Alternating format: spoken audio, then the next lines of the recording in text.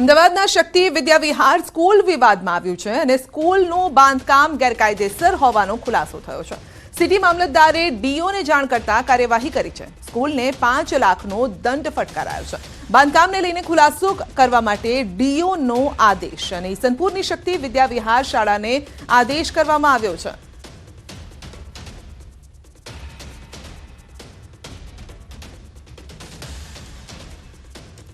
નોટિસની અંદર ગેરકાયદેસર બાંધકામ છે એવી કંઈક નોટિસ મળી હતી અને જાણ મને થઈ ત્યારે મને ખ્યાલ આવ્યો કે આ વસ્તુ બની છે। જ્યારે હિયરિંગ આવશે અને હિયરિંગ પ્રમાણે ડીઓ કચેરીની અંદર જાણ કરેલી છે એ પ્રમાણે સાહેબ ત્યાં હાજર થઈ જશે।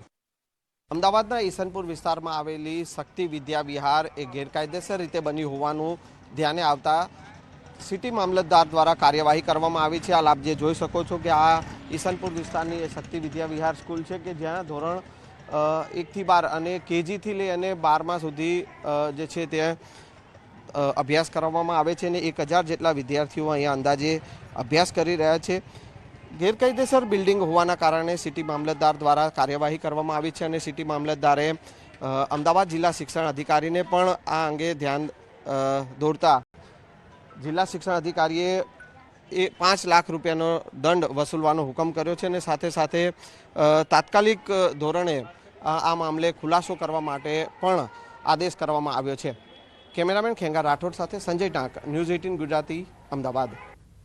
ટ્રાફિક પોલીસની ડ્રાઈવ માત્ર દેખાડા પૂરતી હોય તેમ લાગી રહ્યું છે। ડ્રાઈવ બાદ કર્મચારીઓએ તોડ્યા છે નિયમો। કચેરીમાં આવતા કર્મચારીઓ તોડી રહ્યા છે નિયમો। કચેરી બહાર ટ્રાફિક પોલીસની નહિવત હાજરી જોવા મળી છે।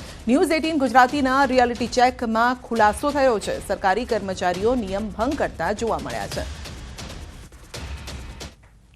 કચેરીઓમાં સરકારી કર્મચારીઓ દ્વારા ટ્રાફિક નિયમનનું પાલન થાય છે કે કેમ તેને ધ્યાનમાં રાખીને રાજ્યના પોલીસ વડા દ્વારા ખાસ એક ડ્રાઈવનું આયોજન કરવામાં આવ્યું હતું અને અલગ અલગ જે સરકારી કચેરીઓ છે કે જ્યાં ટ્રાફિક પોલીસ તૈનાત કરવામાં આવી હતી અને આ તમામ જે કર્મચારીઓ છે કે જે 2 વ્હીલર ચાલકો છે, જે હેલ્મેટ પહેર્યા વગર વાહન ચલાવે છે અને 4 વ્હીલર ચાલકો છે કે જે સીટ બેલ્ટ પહેર્યા વગર વાહન ચલાવે છે તેવા સરકારી કર્મચારીઓ સામે દંડાત્મક કાર્યવાહી કરવા માટે એક ખાસ ડ્રાઈવ યોજવામાં આવી હતી। જો કે આ ડ્રાઈવની ક્યાંક ને ક્યાંક નહિવત અસર હોય તેવું લાગી રહ્યું છે કારણ કે ન્યૂઝ 18 ગુજરાતી દ્વારા રિયાલિટી ચેકઅપ કરવામાં આવ્યું હતું અને વસ્ત્રાપુર ખાતેનું જે બહુમાળી ભવન છે ત્યાં ન્યૂઝ 18 ગુજરાતીની ટીમ પહોંચી હતી। જો કે અહીં કોઈપણ પ્રકારના જે ટ્રાફિક નિયમનના ભાગરૂપે ટ્રાફિક પોલીસ કર્મચારીઓ હાજર ન હતા અને મોટાભાગના કર્મચારીઓ એટલે લગભગ 30 થી 40% કર્મચારીઓ એવા જોવા મળતા હતા કે જે પોતે હેલ્મેટ પહેર્યા વગર વાહન ચલાવતા હતા। જો કે સવાલ અહીં ઊભો થાય છે કે શું આ રીતે કામગીરી કરવાથી ટ્રાફિક નિયમનમાં સુધારો આવશે? કેમેરામેન પંકજ મકવાણા સાથે ઋત્વિજ સોની, ન્યૂઝ 18 ગુજરાતી, અમદાવાદ। તો સવાલ એ છે કે શું એકાદ દિવસની ડ્રાઈવથી લોકો નિયમો પાળતા થઈ જશે? કારણ કે જેવી જ પોલીસ કર્મચારીઓની ડ્રાઈવ હટી છે ત્યારબાદ સરકારી કર્મચારીઓ હવે નિયમોનું પાલન નથી કરતા। આપ જોઈ શકો છો કે ન તો હેલ્મેટ પહેર્યું છે અથવા તો કાર ડ્રાઈવ કરી રહ્યા છે તો સીટ બેલ્ટ પણ તેઓ પહેરીને નથી આવતા। સવાલ અહીંયા એ છે જાગૃતિ લાવવાનો પ્રયત્ન થઈ રહ્યો છે એ સારી બાબત છે, પરંતુ લોકોમાં એ જાગૃતિ કેમ નથી આવતી?